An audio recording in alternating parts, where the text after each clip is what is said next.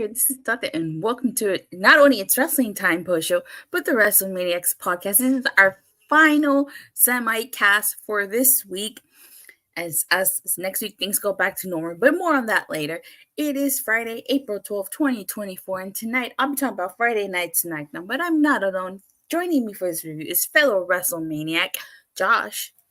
Good evening, Rangers of Wrestling fans, as well as WrestleManiacs. Tonight, it will be, again, our final simulcast, at least for this week. But again, you never know with our shows. It's going to be a great time tonight, though, talking about WWE Friday Night SmackDown.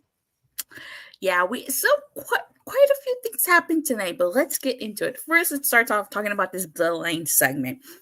So backstage, we see Paul Heyman, Jimmy, and Solo walk to their old locker room, but to their surprise, it says the American Nightmare.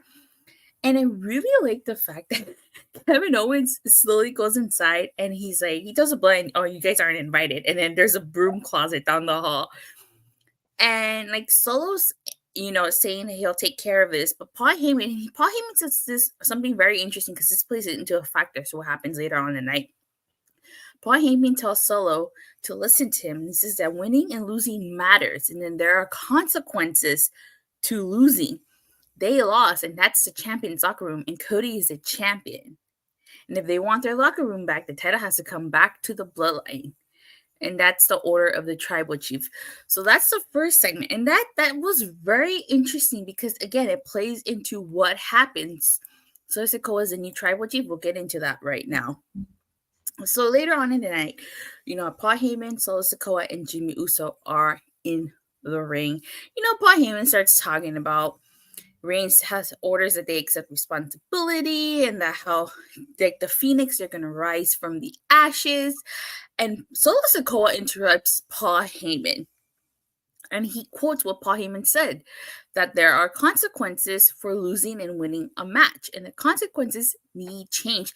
And like he slowly moves Paul Heyman out of the way. And I'm just like, what's going on here? Wow. And I like how he slowly goes up to Jimmy and he like hugs him and tells him, "You're my brother. I love you." And then Tama Tonga attacks Jimmy. They each raise a one. And then, like, you could see the look on Paul Heyman. Like, hold on, let me show you some pictures. So, like, right here, Paul Heyman just looks like he's concerned. So Sikoa smashes his phone. Like, Tama Tonga beat up Jimmy here. And Jimmy Uso is, like, pretty much laid out. Yeah. And, again, like, Solo tells Jimmy he loves him. And then he hips attacks him with, like, the chair and stuff. I was like, damn, this is brutal. Let me see. Io says this was Roman level setup. Solo has learned well. Yeah, he has. He certainly has. And then like later on in the night, Paul Heyman, like before he can even has to respond about what happened to Jimmy, Tama Tonga appears and tells him by the orders of the tribal chief. And then Solo appears and Heyman's like, what the hell does that mean? So this was a lot that happened. I honestly feel like this is going to lead to a Bloodline Civil War, maybe at Survivor Series War Games. The original Bloodline versus the new Bloodline. It was reported by Fightful Select that Jacob Fatu has also signed with WWE, so it's only a matter of time before Jacob Fatu shows up too. The question is, where's Jacob Fatu going to go with? The new Bloodline or the original Bloodline? What a setup. I mean, to me, what a turn. I mean, we all were, at least, I mean, for me, I was guessing, it's going to be a slow burn, Solo, face turn. But boy, what a difference, a day makes. Now we're going to have a new Bloodline, as you said, versus the original Bloodline. I mean, it almost, I don't want to say it reminds me of the Nexus, but all of a sudden, here comes Tama Tonga out of, I don't want to say obscurity, but to the WWE audience, most of them, don't know who he is unless they follow NJPW. But what a star-making moment for Tama, just to show up and be a part of the Bloodline. I mean, I can't imagine being a young wrestler like that, just all of a sudden being thrust into a main event story like that. So definitely quite the change. And what I loved is definitely when he said there needs to be a change and looks at Paul Heyman, and Paul Heyman's like, no, you can't mean what I think you mean. So a lot of little subtlety and facial features, especially with Paul Heyman selling the heck out of this entire turn. Yeah. I also reminds me of Rikishi Solo's dad and how cool Tama's at teaming up. Michael says Tama Tonga is going to fit well with the bloodline. Jacob Fatu will be the new bloodline. I think so. Yeah, you're probably right. I think Jacob Fatu will probably sign with the new bloodline. Sure. I agree. If done right, a future Civil War is coming ahead. When Roman comes back, he will be a babyface, and this will set up Rock versus Roman for next year's WrestleMania. I do agree. I think that when Roman comes back, he's ultimately going to be the babyface, and he's going to get that babyface cheer that WWE so desperately tried to get Roman all those years ago. Yep. It's going to be amazing. I mean, it's going to be a good story. And just the mere fact, I can imagine fantasy booking, but it would be such a cool moment, him running into Kevin Owens, into Cody Rhodes and saying, look, I need your help. I know I don't deserve it. It's just going to be such a cool story that I'm really going to love watching now. What a change of events that I did not expect. And I love that about this night. Honestly, this was where the bloodline storyline needed to go. Like, Roman needed to lose for the story to advance. Otherwise, it was going to be the same old shtick every single time, and they needed to move the story forward. And Roman losing moved the story forward. Yes, I'm still curious when Jacob Fatu is going to debut. Like, how I wonder how, no lie. And I know we talked about this on Raw, but I thought on Raw, when The Rock was talking to Cody Rhodes, I thought that's when Tama Tonga and Jacob Fatu were going to debut. I thought they were going to attack Cody Rhodes on Raw. That didn't happen. So Tama Tonga showed up tonight. When is Jacob Fatu going to come out? So, like, fantasy booking here, War Games would be The Rock, Jacob Fatu, Solo, and Tama Tonga versus Roman Reigns, the Usos, and they would need a fourth person. I don't know who that fourth person could be. That'd be interesting in its own right. I wish we got Tamaloa and we could reform the Gorillas of Destiny. That's what I was thinking of, Tamaloa. That would be interesting. Yeah, it would be. That's just me personally. Like, it would balance out if they had Tamaloa, because then Jacob Fatu can join the original bloodline. Right. But that's just me. I'm just fantasy. You never know. You never know. Well, you never know what it's going to look like come Survivor Series if they do a War Games. So that's true. And I'm very curious to see who this new tribal chief is. Could it be Solo? Maybe. Could it also be The Rock? That's true. That's true. Again, I think I said in the predictions, again, if you're going to look at the tribal chief or the final boss, who would you side with if you were Solo Sikoa? Exactly. Hopefully Rikishi comes into this. Rikishi has been missing from this storyline just like Dustin Rhodes was missing from Cody's storyline. So, but what did you guys think of this whole segment of Tama Tonga attacking Jimmy Uso? Are you guys looking forward to potentially having a Bloodline versus a Bloodline Civil War storyline? Let me know in the comments or in the live chat. This kind of reminds me of the Bullet Club Civil War storyline. When they split and they got the Bullet Club and the Elite. Mm-hmm. Yeah. So I cannot wait. I think this is going to, if booked correctly, I think this is going to be a very epic storyline for everybody. Yeah, for sure. All right. So tonight's SmackDown kicked off with Cody Rhodes. Not much to talk about during this promo. We find out we're going to get 2 triple threat match. Winners of those triple threat match face each other. That winner becomes Cody Rhodes' first opponent at Backlash. I did notice that when he mentioned Santos Escobar, the crowd booed. Mm-hmm. Crowd cheer for Rey Mysterio. Crowd cheer said, yeah, for LA Knight, yeah. And he mentions how AJ Styles was 2 of 4 men, so we're both the NWA and WWE champions. But there was not much here that you missed. If you didn't see this, you didn't miss much, honestly. Yeah, not really. Although I still wonder about in the new era when they talk about, they say things for a certain reason. To me, I feel that, him mentioning about the whole NWA thing, I don't know. We'll talk about the main event later, but I wonder if that's not a hint towards something. So we'll continue. Well, correct me if I'm wrong, but didn't Cody Rhodes beat Nick Aldis to win the NWA title at All In? Yep. Huh. Would be something if Nick Aldis is able to wrestle and challenge Cody Rhodes for that title. I would love that. Or if he's the referee and, I don't know. There's a lot of different elements that they could go with this storyline for sure. Yes. But again, if you didn't see the opening segment, you didn't miss much. Not really. So we get the first of 3 triple threat matches. The first being LA Knight versus Santos Escobar versus Bobby Lashley. Now, we've learned that Legado de Fantasma says they didn't attack Dragon Lee. And as we later learn, Rey Mysterio also says that they didn't attack Dragon Lee. And, they do a whole interview with Rey Mysterio, and they basically say that it's karma for Santos Escobar, and that the truth will always come out no matter how much you twist it. Because, he's also going to be in the second triple threat match. Mm-hmm. So, but we'll get more into that. It's funny because, as they say, it was partly Carlito that attacked Dragon Lee. You could see his kind of like, yeah. It's just that kind of little.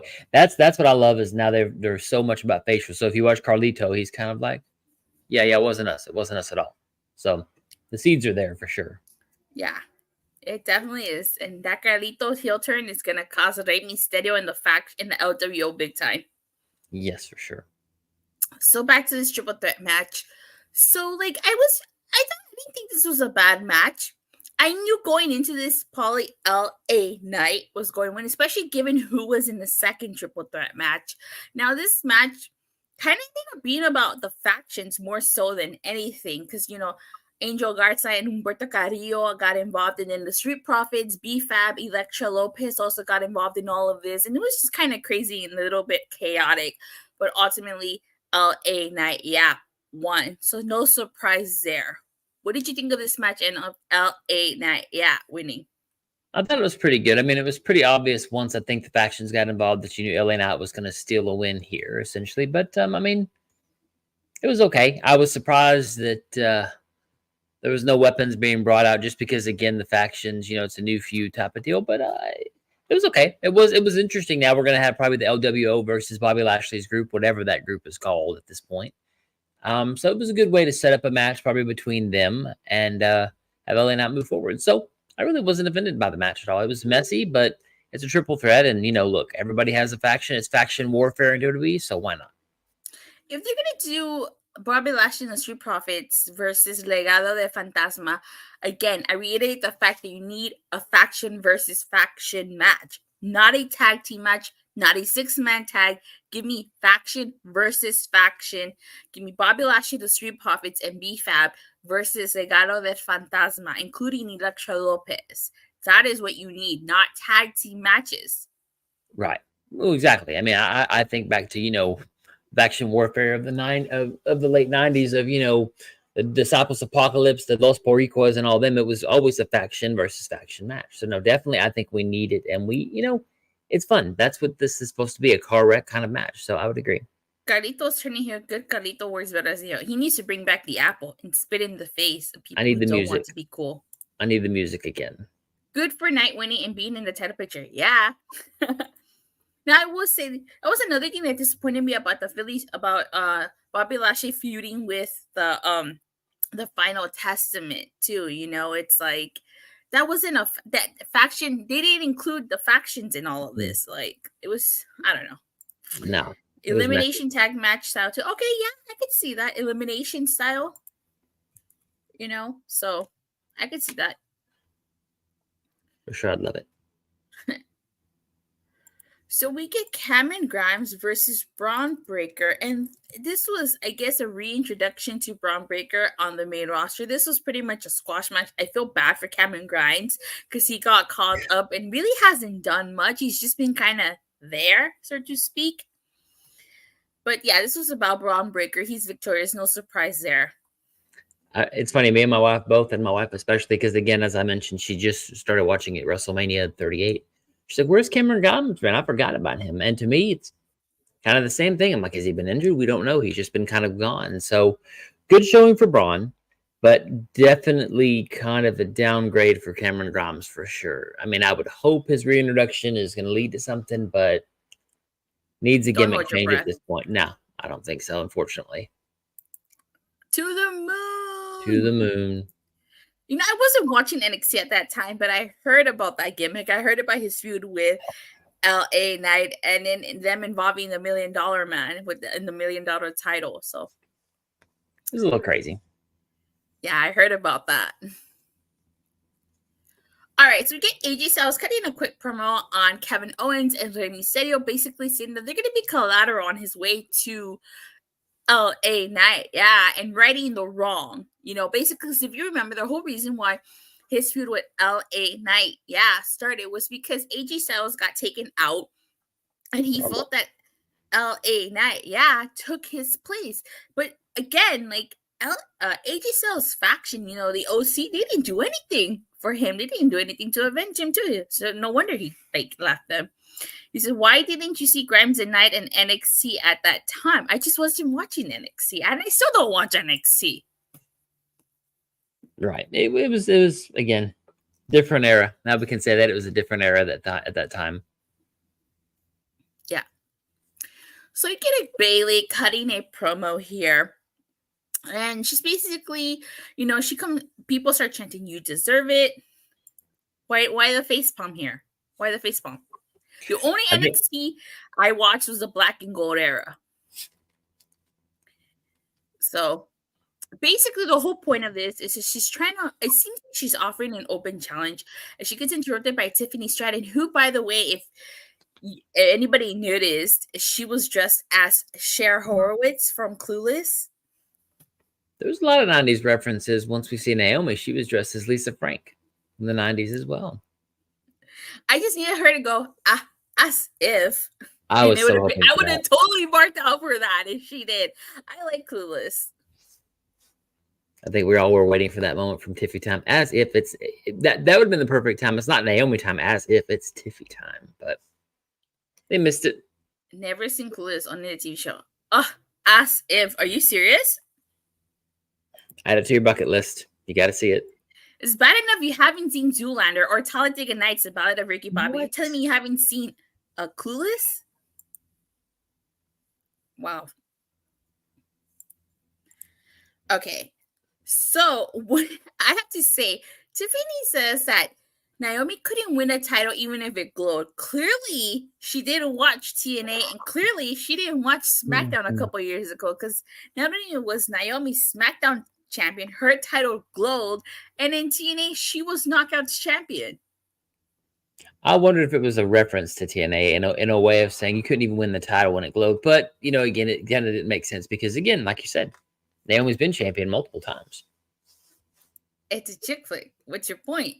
You can still watch it. Oh, good flick. Doesn't matter. So this leads into Naomi versus Tiffany Stratton, with the winner facing Bayley. I have to say, I was sweating because I was like, Naomi needs to win this.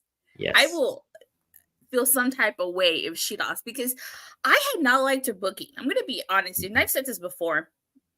I did not like Naomi's booking from the time she came back after the Royal Rumble up until before WrestleMania. Her booking was terrible. She was just there.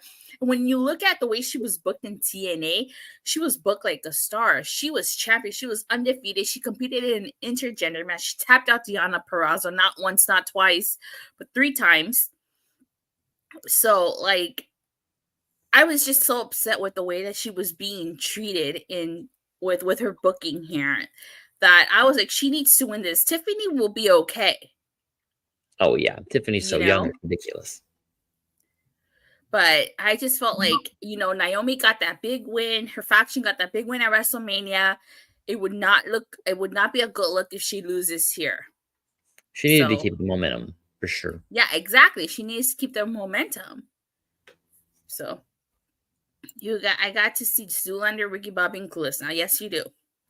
So I'm really happy. It's the weekend. So I'm really happy she won, and she will be facing Bayley. I don't know if she'll beat Bayley. Nah. I think that eventually she'll win the women's title, and her whole faction will hold the gold. I'll get into that. I'm not saying that they need to be undefeated, but they just need to have good momentum and have good booking. That's all I want for this faction, is for them to have good booking. I don't mind Naomi being in the faction. I just want the faction as a whole to have good booking. Right. Well, and Naomi deserves it. She's been there long enough now. And really, I mean, her character, I think, Needs a little bit of grit to it, a little bit more edge to it. And in TNA, of course, you know, she definitely was over. Definitely. I mean, again, I didn't watch much TNA, but I knew that she was a star over there. And I knew that they were treating her right. So for her to come back, have the Rumble moment, of course, you know, I would agree. I think it really, Tiffany will be fine. And Tiffany, I think, and plus it's different too, because you have Naomi, who's a good guy or a babyface versus a babyface Bayley. So I'm not going to mind this. It's a little bit different than we expected because most time it'd be Tiffany would win and, you know, it'd be formulaic. And now it's not so much anymore. That's what I like. It's unpredictable at this point. Good booking. Yes. Yes, exactly. Good booking makes the difference. Yes. It makes a lot of difference. I just want Naomi and her faction to have good booking. That's all I want. Chances are Damage Control will get involved, but probably I can see that happening. So, A-Town Done Under, it was not at SmackDown, and instead they sent in a video package, and Nick Aldis, along with New Catch Republic and Street Profits are seeing this, and they say that they'll find a challenger next week. Let's see. I'm fine with Naomi winning, but Tiffany should have won. There is potential story with Bayley and Naomi. I can see that. Okay, I can see why you would think that, but Naomi should definitely keep up the momentum, and especially when her partners had a tag match and they won, and if she would have lost, that would just not be a good look. Tiffany will get her moment many, many, many, many times over. Yeah. Tiffany is young enough that, I mean, she's so young, it's ridiculous. I mean, it's ridiculous how well of a gimmick she has, and this is just her infancy in her career. She's only been at it, as they say in the commentary, for 2 years, and she's, I think, 20, in her 20s. I mean, so she'll be fine. She'll be okay. Yeah, she'll be fine. So yeah, so we're gonna find out next week who's gonna challenge A-Town Done Under for those tag titles. I have to say, with them being in Detroit, I was kind of hoping, you know, Motor City Machine Guns would debut. It would have made the most sense. It'd been perfect. But with them not debuting here, chances are they're probably not going to WWE. Chances are they're probably going to show up next week at AEW Dynasty and confront the Young Bucks after they win the AEW tag titles. Yuck. But maybe, you know, yeah, no, I think the chances of them showing up to WWE are probably slim to none now. This would have been a perfect time to debut them. They're literally from Detroit. Easily. Yeah.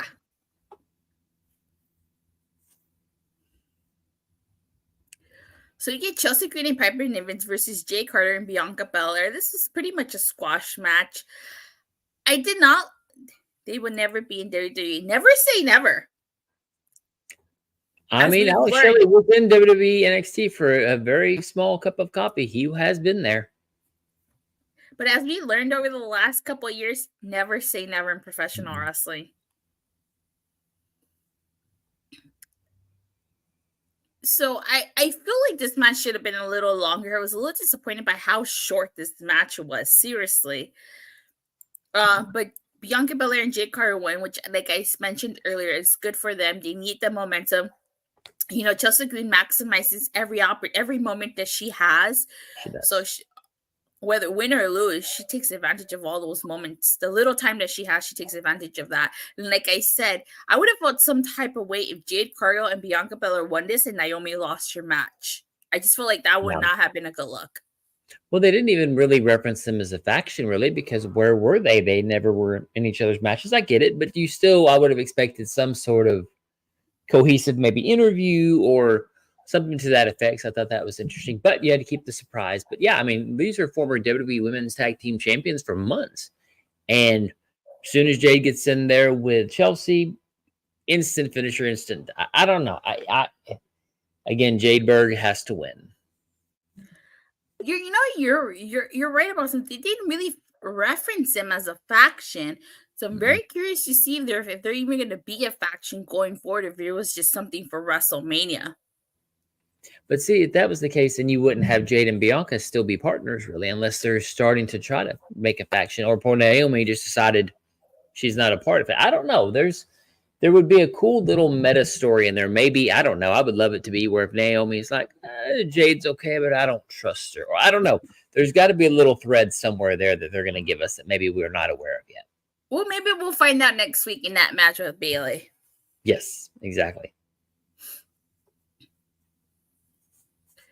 We get a Kevin Owens interview, and it's so hilarious. Like he's walking as he's going down to the ramp. He takes that title that was on the table, and apparently he knocked down some CM Punk merch. Maybe we'll get a story with that. Oh, there Jade has to be being a booked story. like how she was in AEW. I can see why you say that. What'd you I say? would agree. I was gonna say, yeah, there's always a. I didn't imagine there was there was probably a reason he knocked over the CM Punk merch. I doubt it was just on a random occasion. So who knows? Maybe that is a hint of something coming in the future. Yes. So the main event ends up being the second triple threat match: Kevin Owens versus AJ Styles versus Rey Mysterio. My favorite spot in this match was when Kevin Owens did that double German suplex to AJ Styles and Rey Mysterio. That was a really sick spot. I thought that was cool. And I thought the finish was just as unique as I expected. I was like, wow, that, and they kept this match pretty pure. There was no, and for really, if you think about it, triple threats, usually somebody pulls out a kendo stick, somebody pulls out a weapon. 2 triple threats. I mean, granted, the first one was, a little chaotic with the interference, right? But really, this was a pretty pure triple threat. We really didn't get any weapons of any kind, really. I thought that was pretty different. Yeah, so I think when LA Knight, won his match, I think it was pretty obvious he was going to win this. AJ Styles won. I like that Styles clash to Rey on top of it. Yeah, that was really the Avalanche AJ Styles. The Avalanche Styles clash to Rey Mysterio on top of KO was pretty cool. At the end, LA Knight came on, he confronted Styles. It was pretty obvious it was going to be them. WrestleMania rematch here. I think Styles is going to go over.